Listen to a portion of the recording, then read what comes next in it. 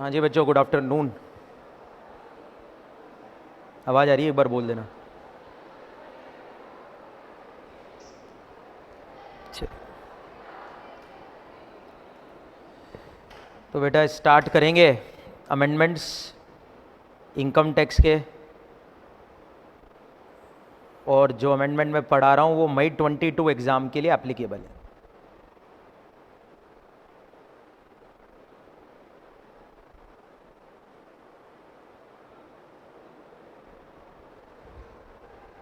अब बेटा मैं जो भी अमेंडमेंट पढ़ा रहा हूँ उसको उसी सीरीज़ में पढ़ा रहा हूँ जिस सीरीज़ में मैंने आपको चैप्टर पढ़ाए थे नोट्स के, ताकि आपको बहुत आसानी से मिल जाए कि क्या चेंजेस कहाँ पे हो रहा है।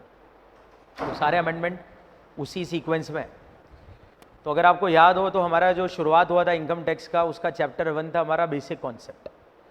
तो पहला चैप्टर जो बेसिक कॉन्सेप्ट वाला आपने पढ़ा हुआ है, जिसमें टैक्स रेटें मेन आपने देखी थी, उसमें कोई अमेंडमेंट नहीं है। नंबर 1 चैप्टर कंप्लीट हो गया है। No amendment in basics. यहाँ पे आपको नोट करना है बेटा, आपको ये तो पता है कि मई 22 में कौन से असेसमेंट ईयर के प्रोविजन लगने वाले हैं, आपको पता है ये AY 22-23 और AY 22-23 के प्रोविजन आपने नहीं पढ़े थे। आप सभी ने AY 21-22 तक के पढ़े थे, दिसंबर अटैम्प्ट तक के लिए।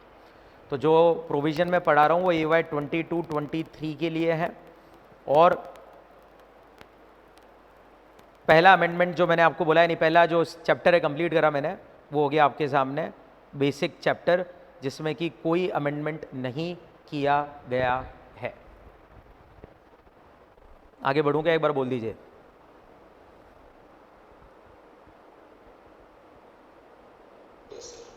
अगला चैप्टर बेटा हमारी सीरीज में क्या होता था? अगला चैप्टर हमारी सीक्वेंस में आता था बेटा रेसिडेंशियल स्टेटस। तो नेक्स्ट चैप्टर है रेसिडेंशियल स्टेटस। इस चैप्टर में मात्र एक अमेंडमेंट है बाकी सारे प्रोविजन जो आपने पढ़े वही है। और इस चैप्टर में जो अमेंडमेंट है वो मैं आपके लिए बताता हूँ उस किस में कराया।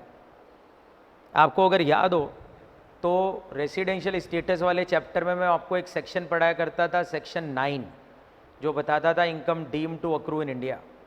और जो चैप्टर 9 था income deem to accrue in India, उसमें मैं आपको 8 क्लोजेस पढ़ाया था, 911 से लेकर 918 तक। उसमें जो 911 क्लोज होता था, उसमें जो 911 वाला क्लोज होता था, उसके अंदर मैंने आपको 4 पॉइंट बताए थे कि 4 टाइप से होने वाली income deem to accrue in India मानी जाती है। उसमें पहला क्या नाम हुआ करता था? उसमें पहला नाम होता था, फर्स्ट पॉइंट याद है कौन सा था यार? क्या था वो? Business connection in India. हाँ वही वाला, business connection in India, property in India, asset और source of income in India, और लास्ट वाला था transfer of capital asset situated in India. तो उसी में मैं आपको आगे बताता था बिजनेस कनेक्शन का मतलब क्या है। तो बिजनेस कनेक्शन का मीनिंग बताने के लिए मैं आपको सेक्शन 911 पढ़ाता था, उसके अंदर एक एक्सप्लेनेशन 1 डालता था, जिसमें मैंने आपको कहा था कि एजेंट के थ्रू अगर आप कोई एक्टिविटी करते हैं तो आपका बिजनेस कनेक्शन इंडिया में माना जाएगा। और एजेंट मैंने आपको 3 टाइप के बताए थे उसके अंदर, एक को कहते थे स्टॉकिंग एजेंट, एक को कहते थे कंक्लूडिंग एजेंट, एक को कहते थे इंडेंटिंग एजेंट। ऐसा कानून था। अब उसी 911 के बिजनेस कनेक्शन कॉन्सेप्ट में ही एक अमेंडमेंट हुआ है। अब इन्होंने 911 में एक एक्सप्लेनेशन ऐड करा है नया, और वो है एक्सप्लेनेशन 2A। और इस एक्सप्लेनेशन 2A में लिखा है कि अगर किसी नॉन रेसिडेंट का सिग्निफिकेंट इकोनॉमिक प्रेजेंस है इंडिया में, अगर किसी नॉन रेसिडेंट का सिग्निफिकेंट इकोनॉमिक प्रेजेंस है इंडिया में, तो ये उसका इंडिया में बिजनेस कनेक्शन क्रिएट कर देगा। Shall constitute business connection in India. तो एक्सप्लेनेशन 2A में लिखा है कि if any non resident have significant economic presence in India, it shall constitute business connection in India. तो पहले जो बिजनेस कनेक्शन के लिए था वो केवल एक एक्सप्लेनेशन होता था, एक्सप्लेनेशन 1, जो कहता था एजेंट से अगर आपका लेन देन हो रहा है एजेंट के थ्रू तो आपका कनेक्शन इन इंडिया हो जाएगा। अब इन्होंने बोला है कि अगर आपका इंडिया में सिग्निफिकेंट इकोनॉमिक प्रेजेंस है तो भी आपका इंडिया में बिजनेस कनेक्शन माना जाएगा। अब सिग्निफिकेंट इकोनॉमिक प्रेजेंस इंडिया में कब माना जाएगा ये बताया इन्होंने। मेन ये चीज़ आपको ध्यान रखनी है जो एमसीक्यू में बन सकती है। देखो अमेंडमेंट, वापस से वही बात है कि जो अमेंडमेंट आपके टाइम पे हुए थे पिछली बार, अगर आपको याद हो तो बहुत सारे चेंजेस हुए थे, पर एग्जाम में अमेंडमेंट्स पूछे नहीं थे इन्होंने, जीएसटी वाले भी और वाले भी। तो आपको मैं पहले ही बता देता हूं, जितने अमेंडमेंट आपने पहले पढ़े और आपके एग्जाम में नहीं आए थे वो सब अब इस एग्जाम में आने के लिए इंपॉर्टेंट है। और इस एग्जाम के लिए जो अमेंडमेंट हुए ना बेटा, ये अमेंडमेंट अगर वो पूछते हैं तो नेक्स्ट एग्जाम में ज्यादा पूछेंगे। इनका थोड़ा सा सीन क्या 1-6 महीने लेट चलता है। तो आपके लिए जो अमेंडमेंट जीएसटी के जो आपने पिछली बार पढ़े थे बहुत सारे, वो क्यूआरएमपी वाले फलाना ठिकाना बहुत सारे, वो सब बहुत काम के हो जाएंगे इस अटेम्प्ट में। मैं आपको ये पहला थोड़ा सा चेताना चाहूंगा। तो अब देखते हैं सिग्निफिकेंट इकोनॉमिक प्रेजेंस कब बोला जाएगा। तो पहला चीज, इफ ट्रांजैक्शन, आप लिखते रहना, is in respect of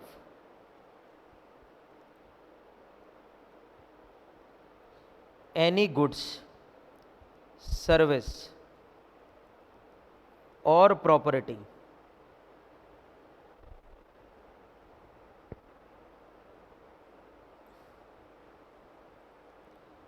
with any person in India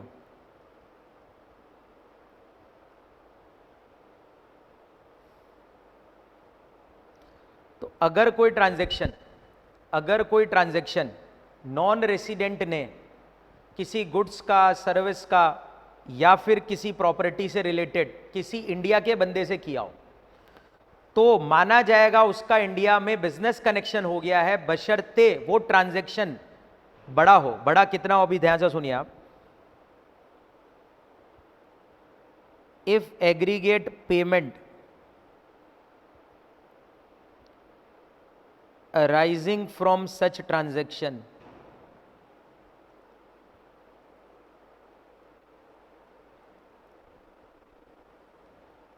during the PY exceed 2 crore. If aggregate payment arising from such transaction during the PY exceed 2 crore. अब समझिए क्या कहना चाह रहा हूं मैं। मान लीजिए कि आप एक नॉन रेसिडेंट हैं, ध्यान से सुनते रहना। मान लीजिए कि आप एक नॉन रेसिडेंट हैं और आपने इंडिया के किसी पर्सन से गुड्स का लेन देन करा। अब अगर आपका जो साल भर का लेन देन हुआ गुड्स का इंडिया के बंदों के साथ, अगर उस ट्रांजैक्शन से जो पेमेंट आपके पास आएगा उसका अमाउंट बेटा कितने से ऊपर हो जाए, 2 करोड़ से ऊपर हो जाए, तो माना जाएगा आपका इंडिया में सिग्निफिकेंट इकोनॉमिक प्रेजेंस हो गया है। और अगर ऐसा हो गया तो आपका इंडिया में बिजनेस कनेक्शन हो जाएगा। और अगर बिजनेस कनेक्शन हो गया तो जो इनकम आप कमा रहे हैं वो इंडियन इनकम बन जाएगी। क्या आपको मेरी बात समझ में आई? समझना, जिसके साथ आप लेन देन कर रहे हैं वो बंदा आपका एजेंट वेजेंट नहीं है, यानी एक्सप्लेनेशन 1 की बात नहीं चल रही है। यहां पे क्या है, आपका चाइना में आपका फैक्ट्री है, आप मिस्टर एक्स इंडिया के व्यक्ति के साथ लेन देन करें, 2-4 बार आपका चाइनीज आइटम उसने खरीदा और उसके थ्रू जो पेमेंट आपको हो रहा है, अगर उसका टोटल अमाउंट कितने से ऊपर हो जाए, 2 करोड़ से ऊपर हो जाए साल भर में, तो मान लिया जाएगा कि आपका इंडिया में सिग्निफिकेंट इकोनॉमिक प्रेजेंस हो गया है। और ऐसी सिचुएशन में आपका बिजनेस कनेक्शन इन इंडिया हो जाएगा और आपकी इनकम इंडिया में डीम टू अक्रू हो जाएगी। यहां पे नोट करें, आप एजेंट के साथ काम नहीं कर रहे हैं, आप ऐसे बंदों से काम करने जो एजेंट नहीं है, फिर भी आपका इंडिया में बिजनेस कनेक्शन हो रहा है। क्या समझ में आ गया? यहां पे नंबर ध्यान देना, ट्रांजैक्शन का पेमेंट एग्री साल भर में कितने से ऊपर का हो जाना चाहिए, 2 करोड़ से ऊपर, तो मान लिया जाएगा आपका सिग्निफिकेंट इकोनॉमिक प्रेजेंस है और आपकी income deem to accrue in India हो जाएगी। आगे इसी में इन्होंने दूसरा पॉइंट डाला। अब ट्रांजैक्शन कौन सा हो रहा है सुनिए, सिस्टेमेटिक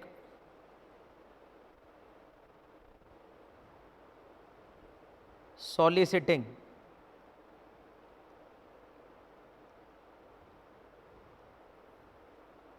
ऑफ बिजनेस एक्टिविटी और इंगेजिंग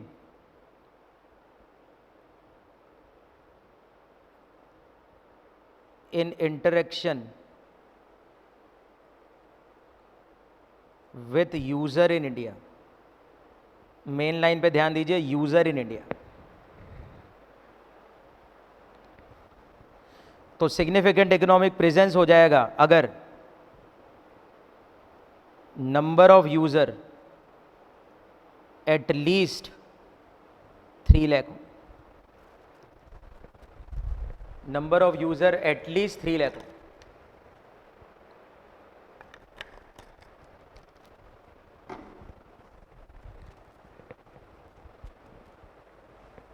क्या मतलब है बेटा? आपको पता है आजकल बहुत सारे बिजनेसमैन अपना बिजनेस इंडिया में आउट ऑफ इंडिया से फैला रहे हैं थ्रू ऑनलाइन पोर्टल।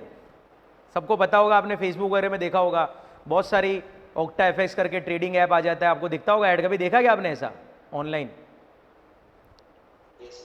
अब वो जो नॉन रेसिडेंट है बेटा, इस टाइप के जो नॉन रेसिडेंट है वो अपनी बिजनेस इंडिया में कैसे इकट्ठा करते हैं? वो इंडिया में अपना बिजनेस फैलाते हैं, इंडिया के यूजर्स इकट्ठा करते हैं।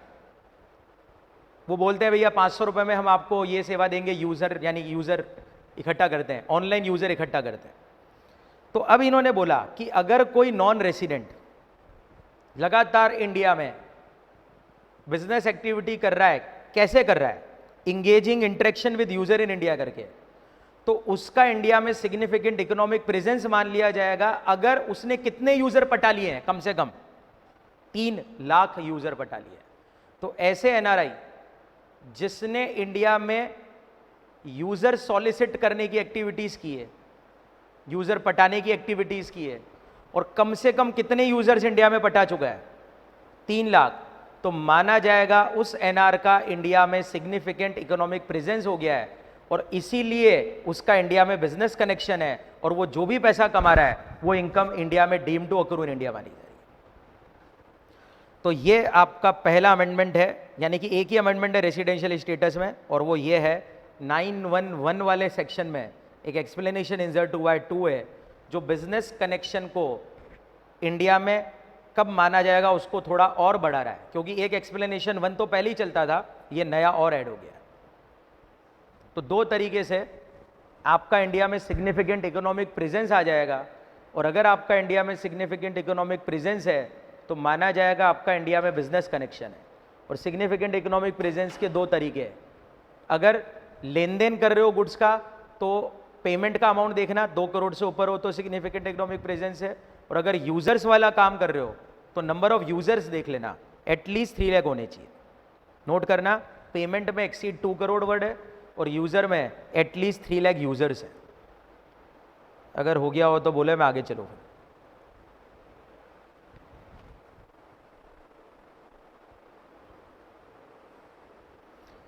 तो आरएस का अमेंडमेंट ये है।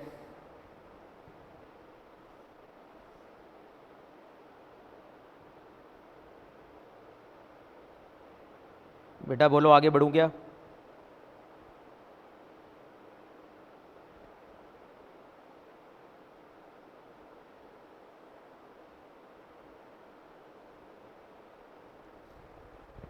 चलो मान रहा हूं आ गया होगा।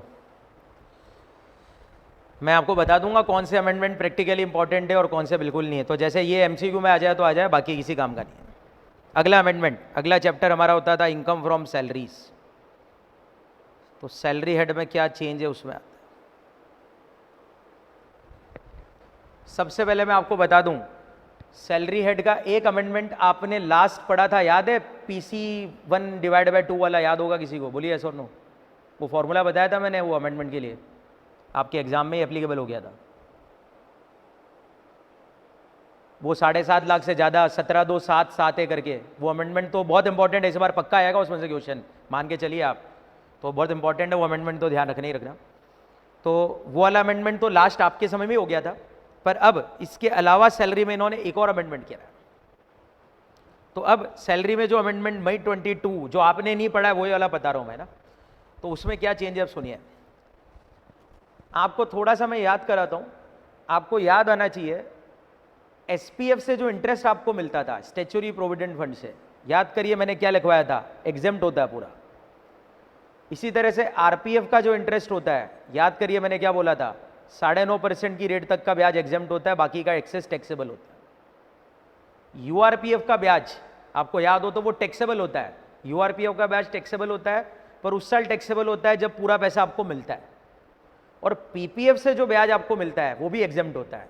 पीपीएफ जिसकी छूट आप एटीसी में लेते हैं, जिसमें पैसे केवल आप जमा करते हैं, वहां पे आपका बॉस कोई नहीं होता है। क्या ये याद आया आपको? ये आपका इंटरेस्ट का ट्रीटमेंट है जो पहले हुआ है।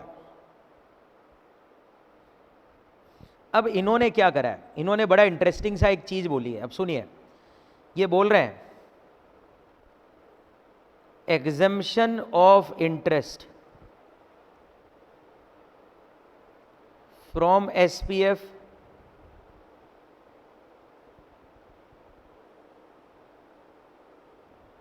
आरपीएफ पीपीएफ, 3 प्रकार के पीएफ की जो ब्याज एग्जेम्प्ट होती है उसमें अमेंडमेंट है। Exemption of interest from SPF RPF PPF would not be available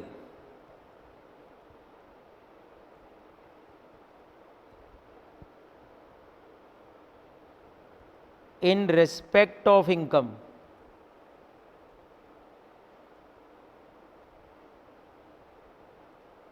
by way of interest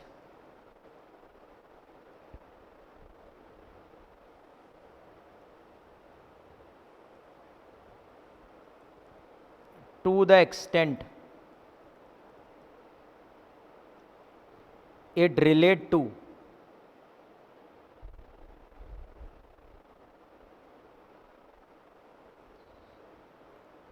amount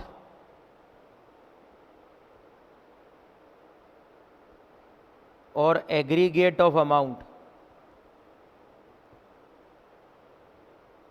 of contribution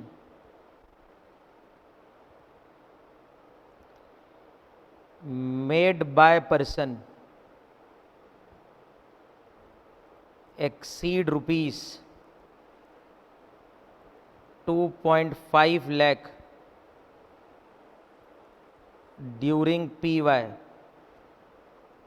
in that fund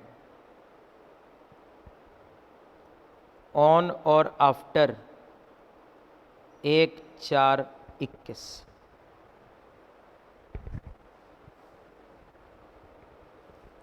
Exemption of interest would not be available in respect of income by way of interest to the extent it relate to amount or aggregate of amount or aggregate of amount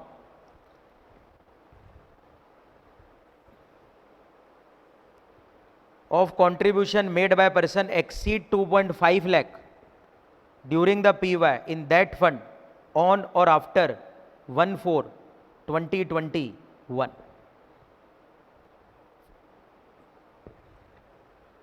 क्या लिख लिया आपने?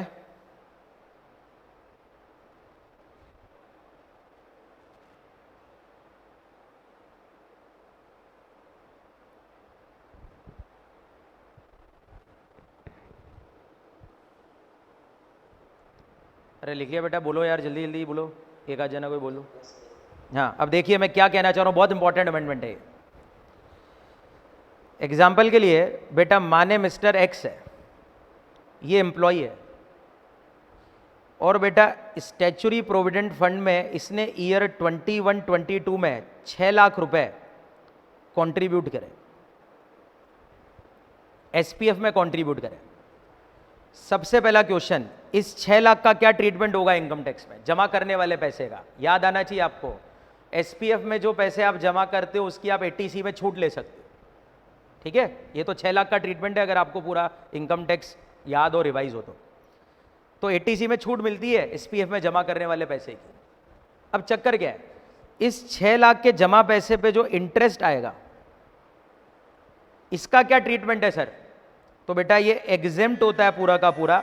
ये मैंने आपको लिखवा रखा है, एसपीएफ का पूरा ब्याज एग्जेम्प्ट है, याद होगा शायद आपको। ये आपका पुराना ट्रीटमेंट था। अब चक्कर क्या बढ़ गया, अमेंडमेंट के कारण चक्कर देखिए क्या है।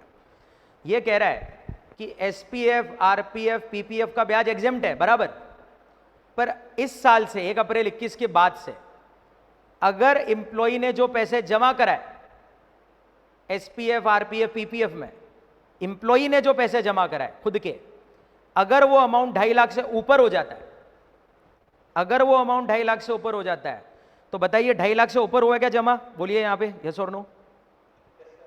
कितना ज्यादा जमा हो रहा है? 2.5 लाख से ऊपर का अमाउंट बताइए, एक्सेस कितना हो गया? 2.5 लाख माइनस करो तो क्या बच रहे? 3.5 लाख। ये 3.5 लाख का जो ब्याज आप कमाओगे, इस 3.5 लाख के ब्याज पे टैक्स लगेगा। केवल 2.5 लाख वाला ब्याज ही एग्जेम्प्ट होगा।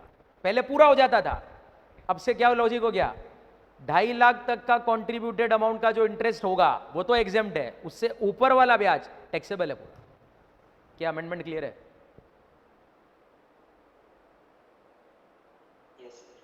इजी अमेंडमेंट है ना। 2.5 लाख तक के कॉन्ट्रीब्यूशन का ब्याज एग्जेम्प्ट है, उससे ज्यादा जमा करा रहे हो टैक्सेबल।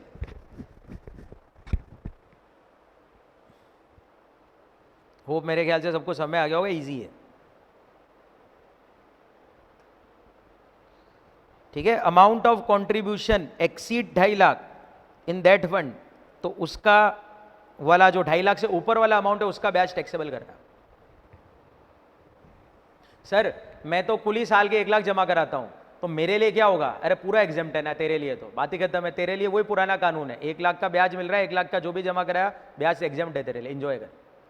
पर अगर 1 अप्रैल 21 से 2.5 लाख रुपए से ज्यादा रुपए जमा करा रहा हूं मैं एसपीएफ में, आरपीएफ में, पीपीएफ में, तो इन दैट केस 2.5 लाख के कंट्रीब्यूशन का ब्याज तो एग्जेम्प्ट है मेरे लिए पूरा, उससे ऊपर वाले का जो ब्याज जनरेट होगा वो टैक्सेबल है। पर इसमें इन्होंने बोला आगे एक और चीज, if contribution by such person is in fund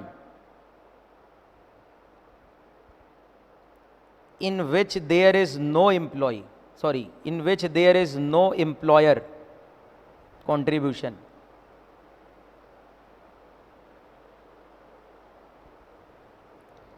then higher limit of 5 lakh is applicable. Then higher limit of 5 lakh is applicable. बेटा मैं आपको सारे important amendment 1 by 1 chapter wise बता रहा हूं, है ना। क्या बोला है इन्होंने? सेकंड पॉइंट ये बोल रहे हैं कि अगर जिस प्रोविडेंट फंड में मैं पैसा जमा कर रहा हूं उस प्रोविडेंट फंड में केवल मैं ही जमा करता हूं, मेरा बॉस नहीं जमा करता, तो फिर 2.5 लाख साल की लिमिट की जगह 5 लाख साल की लिमिट हो जाएगी। यानी कि 5 लाख तक के कंट्रीब्यूशन का ब्याज एग्जेम्प्ट हो जाएगा मेरे लिए, और 5 लाख से ऊपर का ब्याज टैक्सेबल हो जाएगा। मैं आपको समझाता हूं, ये लिख लिया क्या आपने? क्या कहना चाह रहा हूं सुनिए बेटा। आपको याद है पीपीएफ, ये भी एक प्रोविडेंट फंड है, और इस प्रोविडेंट फंड में बेटा मैं केवल अकेला पैसा जमा करता हूं, मेरा कोई बॉस नहीं होता है जमा करने वाला। इसमें आपको मैंने 80C में बताया था। तो यहां पे क्या होगा? केवल मैं अकेला जमा करूंगा, मेरा बॉस जमा नहीं करेगा। तो पीपीएफ के केस में क्या हो जाएगा? अगर मेरा कंट्रीब्यूशन का अमाउंट 5 लाख तक का भी होगा साल का, तो भी जो ब्याज बनेगा वो पूरा एग्जेम्प्ट है। 2.5 से ऊपर है फिर भी एग्जेम्पशन मिल जाएगी, क्योंकि 2.5 की जगह लिमिट मेरे को कितनी चेक करनी है? 5 लाख की करनी है।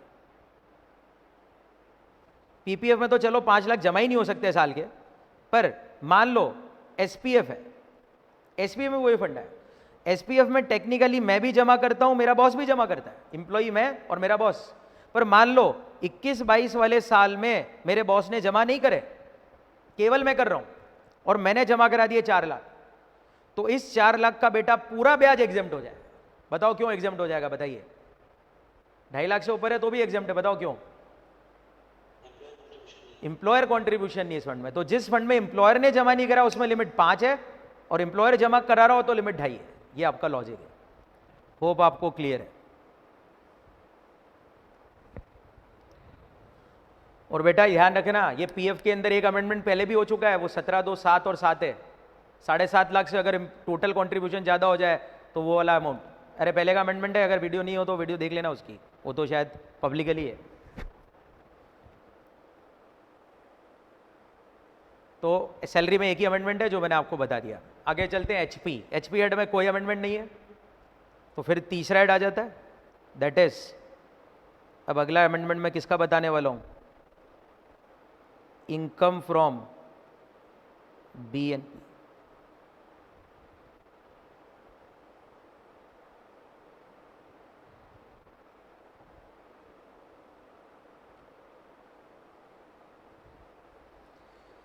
चलिए बेटा, बीएनपी का पहला अमेंडमेंट बहुत इजी है।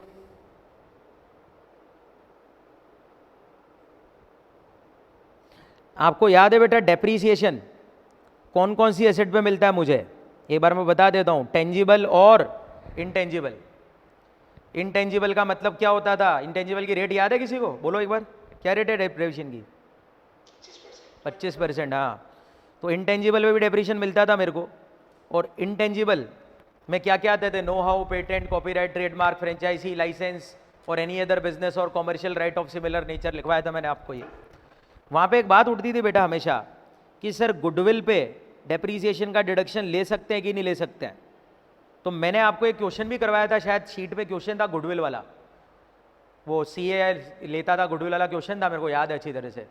तो उसमें डेप्रीसिएशन लिया था बेटा अपन ने गुडविल पे, अगर आपको याद हो तो। पर अब क्लियरिटी आ चुकी है अमेंडमेंट के कारण, और अब इन्होंने साफ बोल दिया है, क्या अमेंडमेंट है, बहुत ईजी है, intangible not include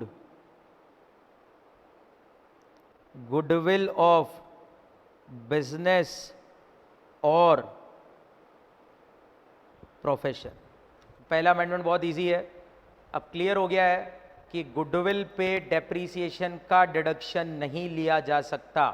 goodwill of business और प्रोफेशन को इंटेंजिबल एसेट नहीं मानेंगे for the purpose of claiming depreciation. क्या क्लियर है अमेंडमेंट?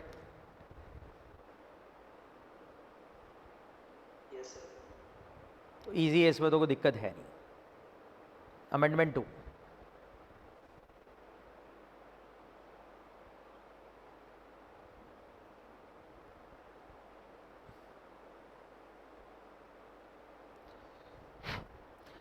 सेकेंड अमेंडमेंट बेटा मैं कर रहा हूं, और वो बड़ा इंटरेस्टिंग सा अमेंडमेंट है। एक सेक्शन है 43 CA करके, किसी को याद आया ही नहीं होगा शायद, ये सेक्शन अनाथों की तरह पड़ा रहता है। किसी को याद है 43 CA?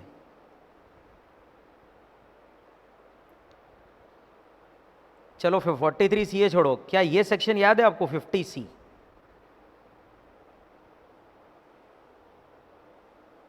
Stamp value, capital gain, बहुत काम का सेक्शन था ये तो।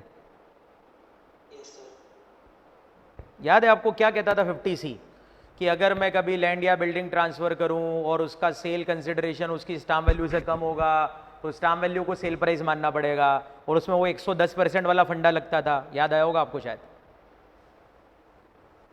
और इसका सेम कॉपी करा था मैंने ये सेक्शन बीएनपी में। बीएनपी में सेम कॉपी करा था 50C और उसका नंबर था 43C।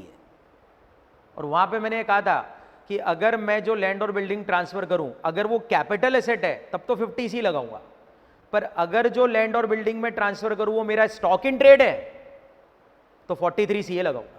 लॉजिक सेम, पर क्योंकि स्टॉक इन ट्रेड में 50C लग नहीं सकता, क्योंकि 50C लगता है कैपिटल एसेट पे और stock in trade capital asset नहीं होता है, तो इसीलिए स्टॉक इन ट्रेड वाली लैंड और बिल्डिंग के बेचने पर 50C नहीं लगता, 43CA लगता है। क्या याद आ गया आपको? तो मतलब वहां पे कानून क्या बनता था कि अगर बाय चांस मैं लैंड या बिल्डिंग बेचूं जो मेरा स्टॉक है और उसकी सेल प्राइस उसकी स्टाम्प वैल्यू से कम है, तो बीएनपी की इनकम निकालते वक्त स्टाम्प वैल्यू को सेल प्राइस मानना है, और वहां पे भी वो 110% वाला फंडा लगाना है, सेम कॉपी करना था एज इट इज। बस फर्क था कि वो अगर लैंड और बिल्डिंग कैपिटल एसेट है तो 50C लगाना है, और अगर स्टॉक है तो 43 सीए लगाना है। अब इन्होंने 43 सीए में एक चेंज कर दिया है, 43 सीए में एक अमेंडमेंट है, मैं बताता हूं अब क्या अमेंडमेंट है।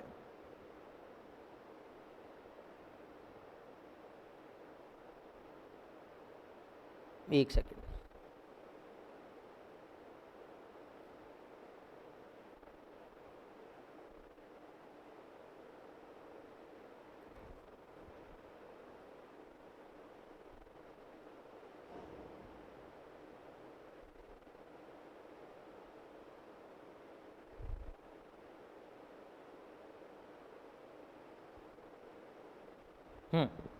तो 43 सीए का जो अमेंडमेंट है लिखिए, in case of transfer of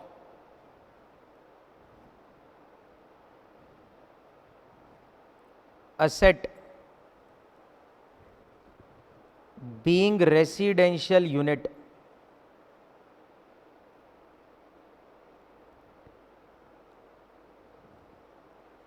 if stamp value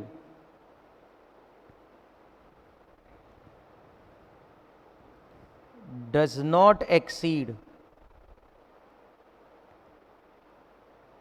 120% of consideration,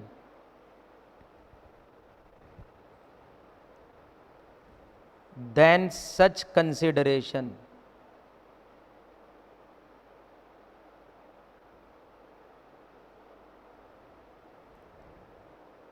shall be treated as full value of consideration. In case of transfer of asset being residential unit, if stamp value does not exceed 120% of consideration, then such consideration will be treated as sale consideration, subject to satisfaction of following condition. First, condition number 1, transfer takes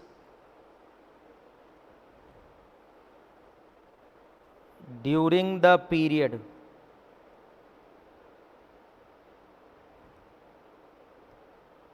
between 12/11/20 to 30/6/21। Condition number 1, transfer इस तारीख के बीच में होना चाहिए। Second, transfer is by way of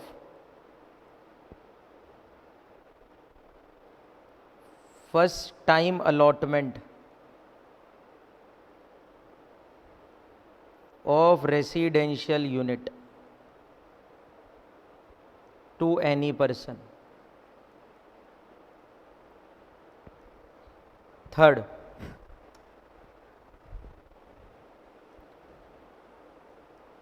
consideration received is less than equal to 2 crore.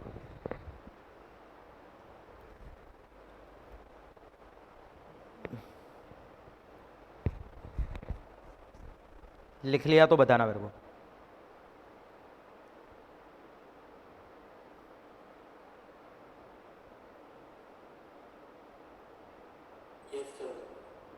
चलिए अब क्या है ये समझिए। आपको पता है बेटा 50C में जो रिलैक्सेशन वाली लिमिट थी वो 110% थी, याद है सबको? और क्योंकि 50C में 110% का लिमिट था तो 43CA में भी 110 ही था। उन्होंने उस 110 को 120 कराया, ये अमेंडमेंट हुआ है। 43CA में 110 की जगह 120% का लिमिट चेक करना है। अब मैं आपको समझाता हूं करना क्या है, पर वो आपको तभी यूज करना है जब ऐसी रेसिडेंशियल यूनिट बेची गई हो जो 3 बातें पूरी करे। नंबर 1 बात, रेसिडेंशियल यूनिट 12/11/20 से 30/6/21 के बीच में बिकनी चाहिए।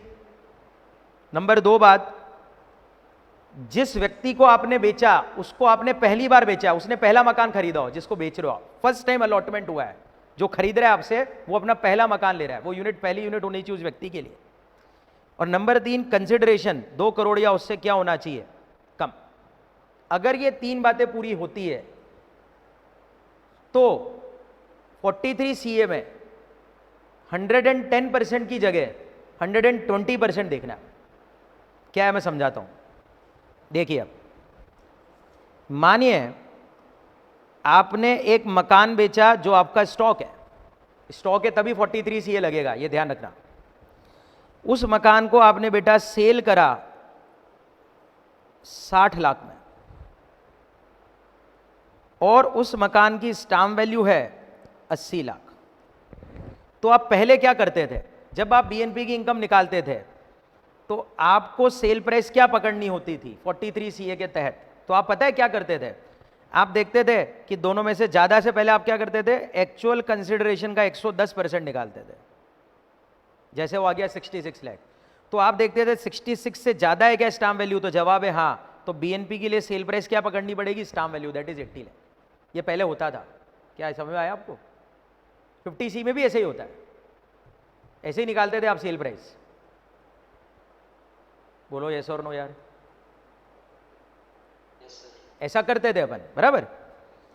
अभी मान लीजिए कि आपने सेल करा 60 लाख में और स्टाम्प वैल्यू आती है बेटा 65 लाख, तो बताइए बीएनपी के लिए सेल प्राइस क्या पकड़ते थे फिर अपन, 60 लाख। एक्चुअल सेल प्राइस को सेल प्राइस मानते थे, क्यों मानते थे पता है इसमें, क्योंकि 60 का 110% होता था 66 और स्टाम्प वैल्यू उससे कम है, तो आप 60 क्यों पकड़ते थे। 50C और 43 से सेम चलते थे, दोनों में सेम लॉजिक चलते थे। यार अगर आप बोलो तो मैं आगे बढ़ूं यहां से, ये सब पुराना कानून है अभी तक। क्या बात समझ में आ गई आपको पुरानी। ऐसे करके अपन निकालते थे सेल प्राइस। अब इन्होंने 43 सीए में चेंज करा है, 50C में नहीं है चेंज, ध्यान रख लेना। ये जो अमेंडमेंट है 43 सीए में ही है। अब इन्होंने 43 सीए में बोला अगर 3 बातें पूरी है, पहली बात प्रॉपर्टी कब बिकी है, 12/11/20 से 30/6/21 के बीच में, नंबर 1, अगर ऐसा हो जाए। नंबर 2 फर्स्ट टाइम अलॉटमेंट हो रहा है प्रॉपर्टी का। और नंबर 3 कंसिडरेशन कितना है, 2 करोड़ या नीचे। तो जो आप 110% वाला फंडा लगाते थे उसको जगह आप कौन सा फंडा लगा सकते हो, 120। ये अमेंडमेंट। अगर ये 3 बातें पूरी है तो 43 सीए में 110 की जगह आप कितना परसेंट वाला फंडा लगाना, 120 वाला लगा ले। अब मैं क्या कह रहा हूं समझिए, मानिए आपने सेल करा 1.2 करोड़ में और स्टाम्प वैल्यू बेटा है 1.4 करोड़, 1.5 करोड़। तो मानते हैं ये जो आपका ट्रांजैक्शन है इसने तीनों बातें पूरी कर दी है। तो अब आप क्या करोगे, किस चीज को सेल कंसिडरेशन माननी है यहां पर आपको। आप पहले कैसे निकालते थे, पहले क्या करते आप पहले 1.2 का 110% निकालते हैं। कितना आता बेटा, 1 करोड़ 20 लाख का 110%।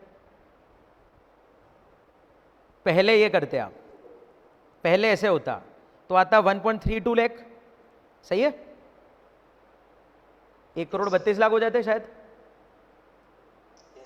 और 1 करोड़ 32 लाख का कंपैरिजन आप 1.5 करोड़ से करते तो 1.5 करोड़ ज्यादा था, तो यानी कि सेल प्राइस क्या पकड़नी पड़ती है आपको, 1.5 करोड़। पहले ऐसा होता था। पर अब क्या करोगे, क्योंकि तीनों बातें पूरी है तो अब क्या करना है, अब आपको 1.2 करोड़ का 120% करके चेक करना है। अब अगर आप 1.2 करोड़ का 120% करोगे तो कितना आ रहा है बताइए, 1.44। चलिए तो किस्मत खराब है अपनी, 1.40, 1.5 करोड़ 1.44 से भी ज्यादा है तो भी आंसर 1.5 ही आ जाएगा। पर समझ में आया ना, ये फर्क समझ में आना चाहिए। 1.32 की जगह कंपैरिजन कितने से करना है, 1.44 करोड़, आंसर अभी भी 1.5 ही आ रहा है।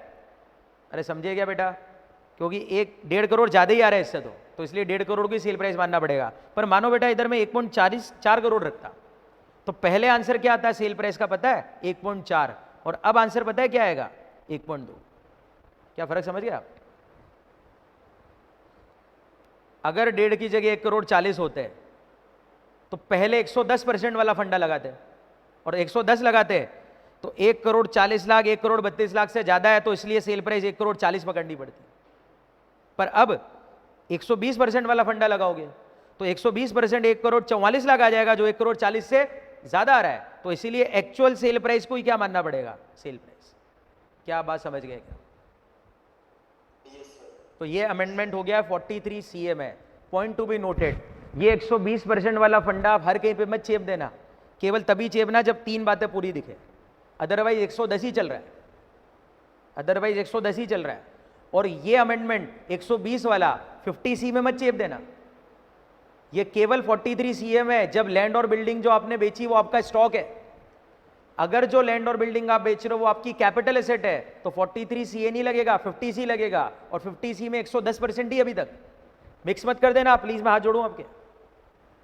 तो इसको सही तरह से यूज करना बेटा, मैं पहले ही चेता रहा हूं आपको, ये अमेंडमेंट बहुत लिमिटेड स्कोप का है, केवल उसी लैंड और बिल्डिंग पे जिसपे 43 CA लगता है, और वो भी 3 बातें पूरी होगी तब, वरना काम का ही नहीं है, ये फर्जी अमेंडमेंट है। क्या क्लियर हूं मैं? तो BNP का आपका दूसरा अमेंडमेंट हो गया बेटा, और BNP का अंतिम अमेंडमेंट।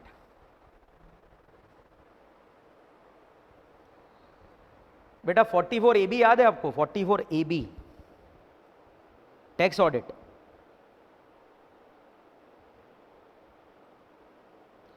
आपको याद है टैक्स ऑडिट की लिमिट? बिजनेसमैन को टैक्स ऑडिट करानी है अगर टर्नओवर एक्सीड कर जाता है 1 करोड़, और प्रोफेशन को करानी है अगर ग्रॉस रिसीट एक्सीड कर जाती 50 लाख। और वहां पे एक मैंने पिछले साल भी आपको अमेंडमेंट बताया था, अगर आपका, ध्यान है आपको, कैश रिसीट टोटल रिसीट के 5% या उससे कम है, या कैश पेमेंट टोटल पेमेंट के 5% या कम है, तो 1 करोड़ की जगह लिमिट बढ़ जाएगी। बताओ कितनी हो जाएगी, देख के बताओ। 5 करोड़। अब वो 5 करोड़ वाली लिमिट बेटा 10 करोड़ कर लो आप। वो 5% वाले कानून में 5 की जगह 10 करोड़ करना है। होप मैं क्लियर हूं, आपको समझ में आ गया होगा। यानी कि अगर आपकी टोटल रिसीट कैश में 5% ऑफ टोटल रिसीट हो, या 5% वाला जो कानून है ना आपका पहला, उसमें जो 5 करोड़ था उसको 10 करोड़ करना है, सीधी सी बात है। होप समझ गए होंगे आप। तो 10 करोड़ से ऊपर होगी तो करानी है टैक्स ऑडिट। 5% वाले में अमेंडमेंट हुआ है। क्या क्लियर है सबको? एक और अमेंडमेंट है, बहुत बारीक सा अमेंडमेंट है, 44 ADA। क्या किसी को याद है 44 ADA? प्रिजम्पटिव इनकम,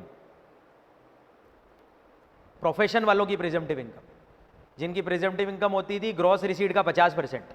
चेक करो अपनी कॉपी। आपको पता है 44 ADA किन लोगों पे एप्लीकेबल होता था? हाँ, प्रोफेशन मतलब पर्सन कौन से थे? जैसे मैंने आपको बताया एडी किन पे लगाया था मैंने, resident individual HUF partnership firm except LLP, एडी इसमें लगता था, आपको देखो अच्छी तरह से। और एडीए किन पे लगता था, चेक करो। एनी पर्सन, यस, मैंने लिखवाया था पहले एनी। अब एडीए एनी पर्सन पे नहीं लगेगा बेटा, एडीए भी उन्हीं पे लगेगा जिन पे एडी लगता है। मतलब बताओ किन पे लगेगा ADA? Resident individual HUF, sorry HUF में भी नहीं लगेगा ये तो, resident individual comma partnership firm, बस इन्हीं पे लगेगा। और इसमें भी ध्यान रखना LLP पे नहीं लगेगा। तो ये अमेंडमेंट ADA में हो गया। तो पहले ADA सब पे लग रहा था, अब से ADA केवल रेसिडेंट इंडिविजुअल और पार्टनरशिप फर्म पे लगेगा, और उसमें भी LLP शामिल नहीं है। तो ये बेटा अमेंडमेंट हो गया। कौन से हेड के बोलिए ना? BNP।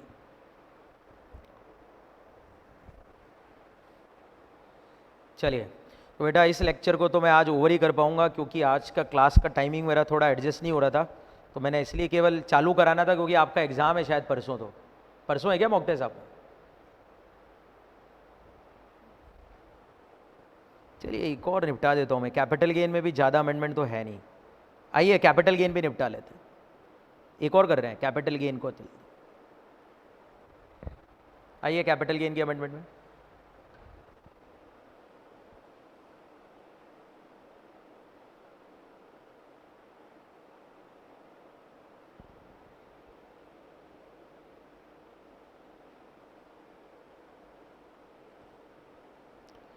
आपको कैपिटल गेन के अंदर कैपिटल एसेट की डेफिनेशन आती है बेटा? याद करो कैपिटल एसेट की definition, section 214, all the assets are capital asset, याद होगी शायद, एक्सेप्ट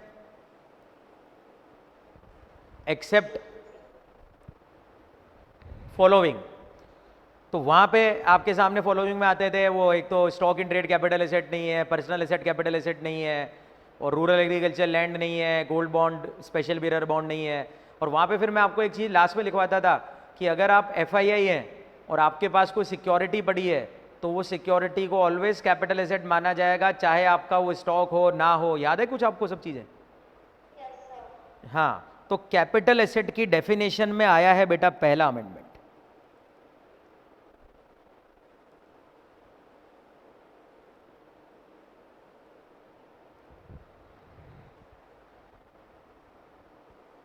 और क्या अमेंडमेंट है कैपिटल एसेट की डेफिनेशन में, अब सुनिए।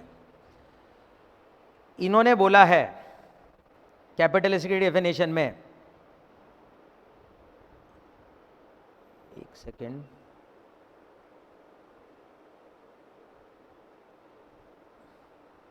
हाँ, capital asset includes any United link insurance plan.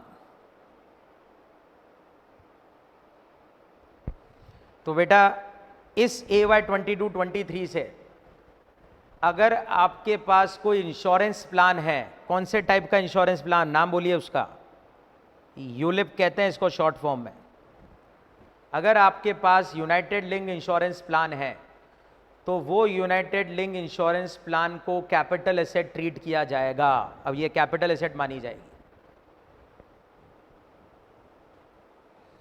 तो इसकी रिक्वायरमेंट सुनते जाइए। फिर कौन से यूलिप को कैपिटल एसेट मानना है? जो इशू हुआ है ऑन और after 1 February 2021, to which exemption of section 1010D does not apply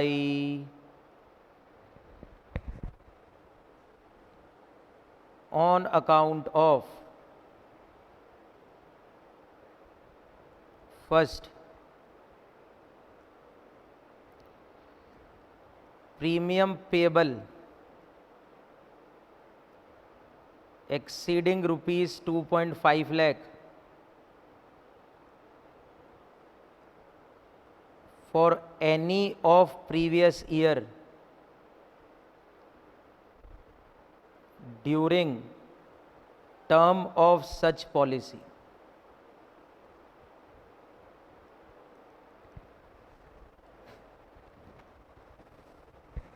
Second,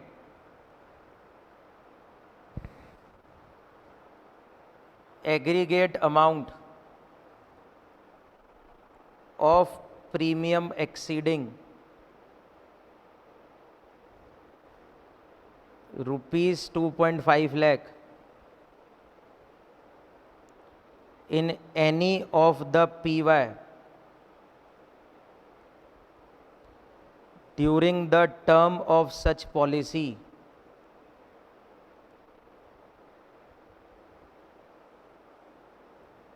in case where premium is payable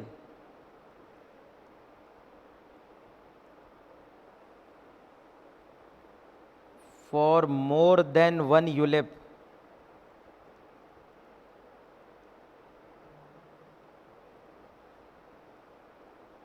issued on or after 1/12/21।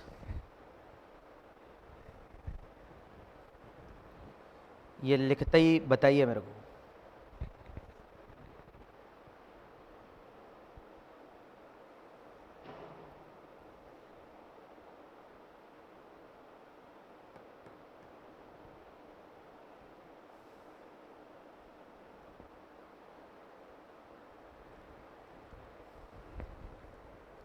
लिख लिया क्या? Yes sir. अब बेटा सुनिए, ये अमेंडमेंट काम का है। क्या कह रहा है ये अमेंडमेंट? ये अमेंडमेंट कह रहा है कि अगर आपने कोई यूनाइटेड लिंक इंश्योरेंस प्लान खरीदा है, ये क्या होते हैं, ये प्लान क्या होते हैं बेटा? ये इंश्योरेंस प्लान होते हैं। इसमें क्या होता है कि आपको रिस्क कवर तो मिलता ही है पॉलिसी लेने का, साथ में आपका कुछ प्रीमियम का पैसा इन्वेस्ट हो जाता है इक्विटी शेयर मार्केट में। तो उस प्रकार के इंश्योरेंस पॉलिसीज को यूलिप कहते हैं। क्लियर है सबको मीनिंग यूलिप का? तो अब ये कह रहे हैं कि अगर आपने 1 फरवरी 21 के बाद कोई यूलिप खरीदा जिसका सालाना प्रीमियम 2.5 लाख से ज्यादा दिया जा रहा है आपके द्वारा, तो उस यूलिप को कैपिटल एसेट मानेंगे। हर यूलिप को नहीं मानना है बेटा, उसी यूलिप को मानना है जिसका सालाना प्रीमियम कितने से एक्सीड करे, 2.5 लाख से ऊपर एक्सीड करे। अगर आपको याद हो तो एक सेक्शन मैंने पढ़ाया था आपको इनकम टैक्स में 1010D, वहां पे मैंने कहा था कि लाइफ पॉलिसी के मैच्योरिटी पे जो पैसा मिलता है वो एग्जेम्प्ट होता है। 80C का जब डिडक्शन पढ़ाया था ना, तभी मैंने पढ़ाया था 1010D, चेक करना। तो 1010D में लिखा होता है कि LIC का पैसा एग्जेम्प्ट होता है। तो बेटा होता क्या था, आज से पहले 1 फरवरी 21 से पहले अगर आपके पास कोई यूलिप है, तो उस यूलिप की मैच्योरिटी पे अगर आपको कोई पैसा मिलेगा तो वो एग्जेम्प्ट होता था 1010D में। अब इन्होंने क्या करा, 1010D में भी अमेंडमेंट कर दिया। तो हाथों 1010D का भी अमेंडमेंट सुन लो। अब 1010D में उन्होंने ये लिख दिया कि ऐसे यूलिप की मैच्योरिटी का पैसा टैक्सेबल होगा जो 1 फरवरी 21 के बाद लिए हैं और सालाना प्रीमियम 2.5 लाख से ऊपर है। तो अगर वो यूलिप का 1010D में एग्जम्पशन नहीं मिलेगा तो उस यूलिप पे फिर टैक्स लगेगा, और टैक्स लगेगा तो कौन से हेड में लगेगा, कैपिटल गेन में लगेगा। और अगर कैपिटल गेन में लगाना है तो उसको क्या बनाना पड़ेगा, कैपिटल एसेट। उन्होंने इसीलिए कैपिटल एसेट की डेफिनेशन में यूलिप को भी ऐड कर दिया कि यूलिप भी कैपिटल एसेट है। तो अब अगर यूलिप मैच्योर होगा, मानो आपने एक यूलिप लिया 1 फरवरी 21 के बाद का, और उसका सालाना प्रीमियम आप 3 लाख दे रहे हो, तो ये यूलिप एक कैपिटल एसेट है। तो अब जब ये यूलिप मैच्योर होगा बेटा, तो मान लो इसकी मैच्योरिटी के टाइम पे आपको 40 लाख रुपए मिले, तो इस 40 लाख रुपए को आप बोलोगे यूलिप की सेल प्राइस है, और इसमें से यूलिप की क्या माइनस करोगे, कॉस्ट, और इस पे क्या निकालोगे फिर, कैपिटल। कुछ ऐसा कहना चाह रहा हूं, क्योंकि यूलिप एक कैपिटल एसेट माना जाएगा। यानी लाइफ पॉलिसी भी कैपिटल एसेट बन गई, पर कौन सी पॉलिसी, यूलिप वाली लाइफ पॉलिसी। और कौन सी, जिसका प्रीमियम 2.5 लाख से ऊपर साल का, 1 फरवरी 21 के बाद की। अगर बाय चांस, इसमें दूसरा पॉइंट क्या लिखा है फिर, बाय चांस आपने 1 फरवरी 21 के बाद यूलिप लिया तो है पर प्रीमियम 2.5 लाख से नीचे, तो फिर वो यूलिप कैपिटल एसेट नहीं है, और उसकी मैच्योरिटी पे जो पैसा मिलेगा वो एग्जेम्प्ट भी हो जाएगा बेटा 1010D में। जो कैपिटल एसेट नहीं है उस यूलिप का मैच्योरिटी पैसा एग्जेम्प्ट भी हो जाएगा 1010D में। पर अब इन्होंने जुगाड़ क्या बोला, इन्होंने बोला मान लीजिए आपने 1 फरवरी 21 के बाद यूलिप लिया जिसका प्रीमियम 1 लाख जाता है, फिर बाद में और यूलिप लिया, फिर और यूलिप लिया, ऐसे कर करके आपने 2-4 यूलिप ले लिए, और किसी साल अगर सारे यूलिप का पैसा जो जा रहा है साल का वो 2.5 लाख से ऊपर हो जाए, पर यूलिप तो नहीं जा रहा, पर एग्रीगेट भी 2.5 लाख से ऊपर हो जाए, तो वो सारे यूलिप कैपिटल एसेट नहीं है जो 2.5 लाख से ऊपर वाले हो। क्या बात समझ में आई आपको? सॉरी, 2.5 लाख से ऊपर वाले जो कैपिटल एसेट बन जाएंगे। मतलब तो मतलब मान लीजिए कि आपने एक यूलिप लिया 1 लाख वाला जिसका सालाना प्रीमियम 1 लाख जाता है, फिर एक और लिया 1 लाख वाला, तो ये दोनों यूलिप कैपिटल एसेट नहीं है, क्योंकि प्रीमियम दोनों का 2.5 लाख से इंडिविजुअली भी नीचे है और एग्रीगेट भी नीचे है। फिर आपने तीसरा यूलिप ले लिया बेटा, इसका प्रीमियम जाता है साल का 1 लाख और, तो अब सबका मिला के कितना हो गया बेटा साल का 3 लाख, और ये 2.5 लाख से क्या हो गया ऊपर, तो ये वाला यूलिप कैपिटल एसेट है। ये तो अभी भी नहीं है, पर ये वाला जो यूलिप तीसरा आपने खरीदा वो कैपिटल एसेट बन जाएगा। क्या बात समझ में आ गई आपको?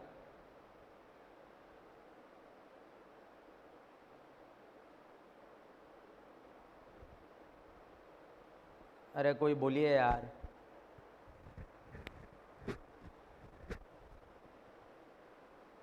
नहीं आई समझ में तो वापस समझाऊं, जल्दी बोलो, वापस से बोल देता हूं, नहीं आई कोई समझ में।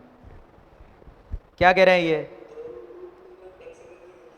हाँ बेटा, तो ये जो यूलिप होंगे ना, ये कैपिटल एसेट नहीं बनेंगे, तो इनकी मैच्योरिटी में मिलने वाला पैसा तो 1010D में एग्जाम्प्ट हो जाएगा और ये वाला टैक्सेबल हो जाएगा। 2.5 से ऊपर होते ही फिर वो कैपिटल एसेट बनने लग जाएगी। और अगर सिंगल ही आपने यूलिप लिया, एक ही यूलिप ले लिया, मानो एक यूलिप लिया और उसका सालाना प्रीमियम 4 लाख का दे रहे हो आप, तो फिर तो ये कैपिटल एसेट डायरेक्टली बन ही गया, बात ही खत्म। क्लियर है क्या? हाँ, तो ये आपका लॉजिक है। क्या बोल रहे हो? नहीं नहीं, पूरा वो तो 1 लाख पे ही होगा, तो पूरी कैप यूलिप तो एक ही होगा ना, आधा यूलिप थोड़ी ना कैपिटल एसेट होता है, या तो होगा या नहीं होगा। खैर, आपके एग्जाम में प्रैक्टिकल क्वेश्चन नहीं आएंगे अभी, क्योंकि कोई मॉड्यूल में आरटीपी में यूलिप का क्वेश्चन ही नहीं है, क्योंकि मैं आपको बताता हूं यूलिप पे कैपिटल गेन कैसे निकलेगा। कैपिटल एसेट तो बन गया, चलो ठीक है, अब कैपिटल गेन कैसे निकलेगा, इसके लिए सेक्शन आया बेटा 45(1)(b) जो मैं पढ़ाऊंगा।